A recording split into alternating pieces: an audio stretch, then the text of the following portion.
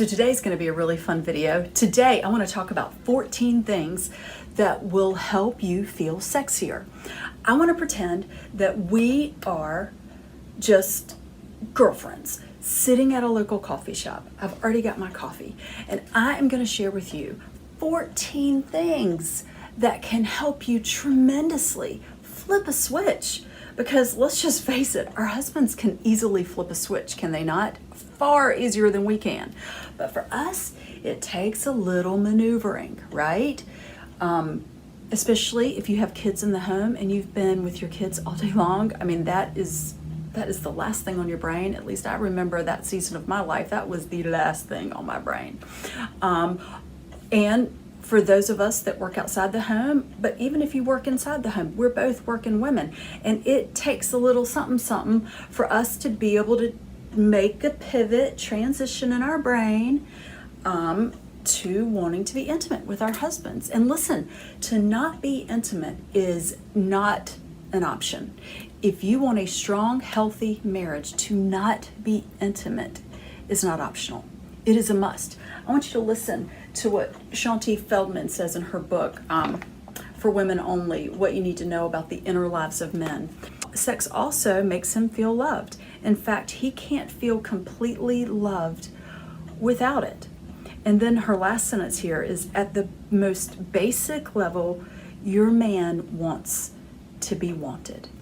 And so, friend, that is your job. So let's get started. The very first thing. The first thing that will help you feel sexier is to exercise. Yes, get out and get some exercise. When you begin to work out and you begin to exercise, first of all, it gives you a renewed sense of energy. It helps us physically and emotionally feel better when we have exercised. I love to walk and I love Pilates. Those are my go-tos at this stage in life. And yeah, it's awesome, especially the glute work. Glute work is important. Okay, so that's number one. Number two, take a bath or a shower. I don't know what it is about taking a bath or a shower. It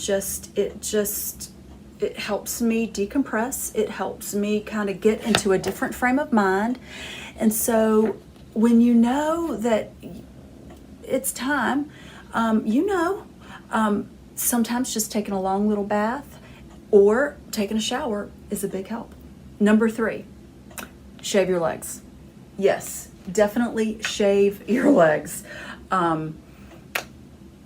Yeah, there's nothing sexy about hairy legs, right? So shave your legs and shave whatever else needs to be shaved. Kind of pull it together, girl. You know what I'm talking about. I love nothing more than to have shaved legs on clean sheets. That's one of my favorite things under the planet. But anyway, that's just a little aside that, that's really not important. But anyway, just a little something. Okay, number four, wear something sexy to bed. What are you wearing to bed? Are you wearing a great big oversized t-shirt of your husband's and maybe some, sweatpants or something? I mean, girl, come on. Throw that stuff in the trash, burn it. And I want you, in fact, I need to do a video on this, on things to wear to bed, because girl, you need to look hot when you get in bed. And this does not mean that you look like some kind of dominatrix. That's what I'm trying to say. That's not what I'm saying at all. But you can wear something that looks nice for you. And yes, even if you have children, there is something that you can wear that still looks really nice. And listen, don't feel, insecure about maybe how you might look in some lingerie, because he is not looking at any of that. In fact, you look beautiful to him. And so don't you worry about that. But wear something that is flattering, wear something that he will like, and don't sell yourself short, because you are beautiful and you are sexy just the way you are. He married you and he loves you. And so you got to work on getting naked for him. Okay, let's go to the next point. Point number 5, light a candle. I have a friend, who taught me this, and sometimes I do it, sometimes I don't do it, but this might help you. Whenever her or her husband, it is their trigger. They have a candle in their room, and to prompt the other that it is what is on the other's mind, they light that candle. And then the other knows, guess what's happening? And so, I don't know, maybe it can serve as a sign for you, or maybe it's just, I don't know, a candle gives a little bit of atmosphere. Turn down the lights and light a candle, because it definitely brings atmosphere. Okay, what's another thing? Number 6 is a spritz of perfume. Yes, put on a little spritz of perfume so that you smell especially nice. I'm really tongue-tied over this one. Did I tell you that I think we need to have some coffee together? Yeah, I think so. Okay, spritz of perfume is number 6. Number 7, wear some undergarments during the day that are sexy.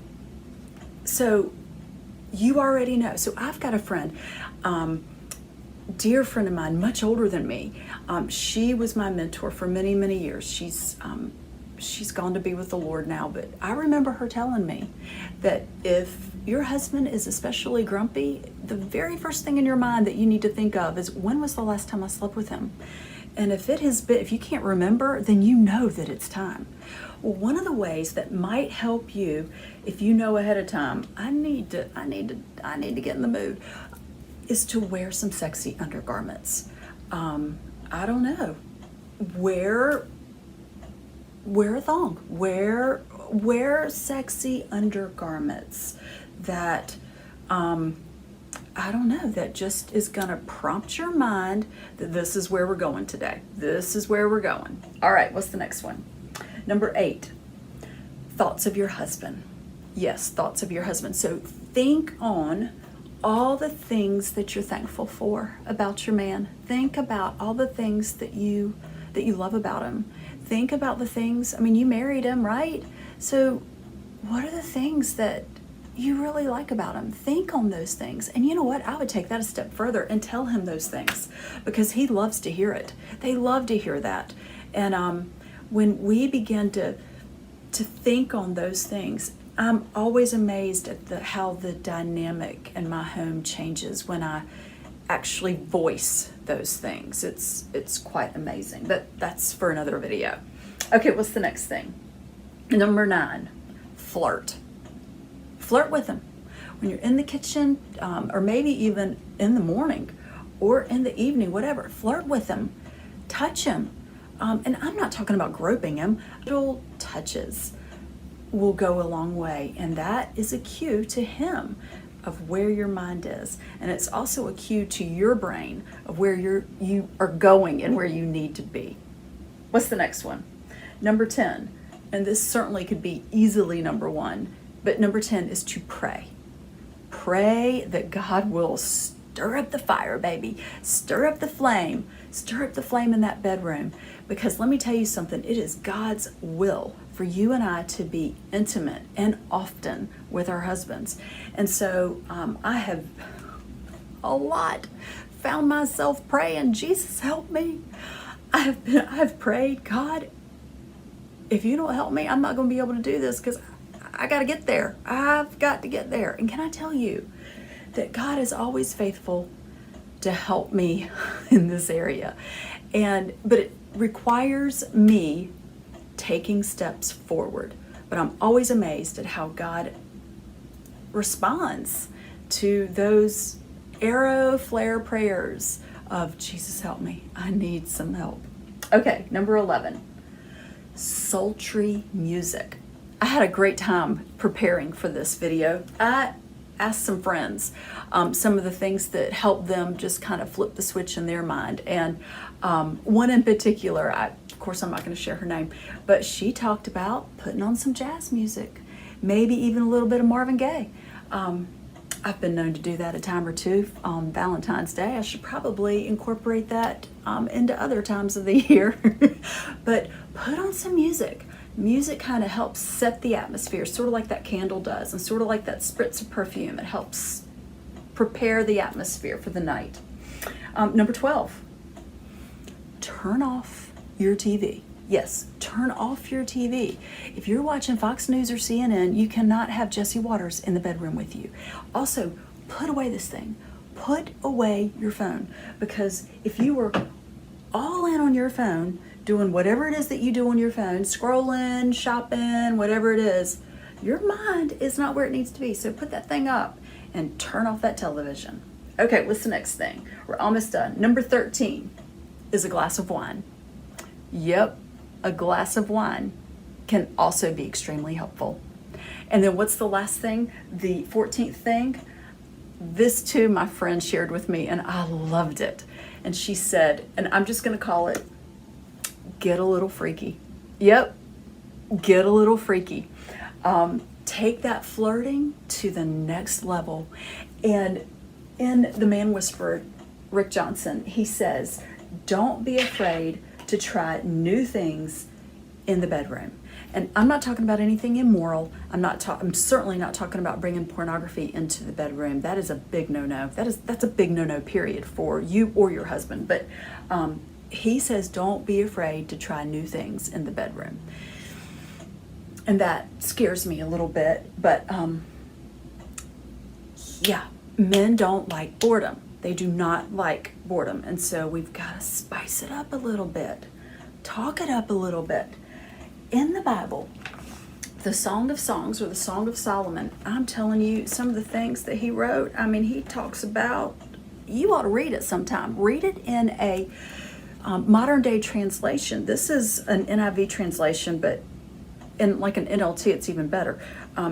Your two breasts are like two fawns, like twin fawns of a gazelle that browse among the lilies. Oh, beautiful are you, my darling. There is no flaw in you. And that's just one verse from the Song of Solomon. It's the sex chapter. It's the sex book in the Bible, so to speak. And so take some time to look at that. You might be surprised at how freaky they were. So anyways, I hope this video helped you. Remember, not being intimate with your husband is not an option. And so take one of these practical suggestions and incorporate it. I can't wait to hear your feedback. Not too specific, of course. Have a great day. See you next time.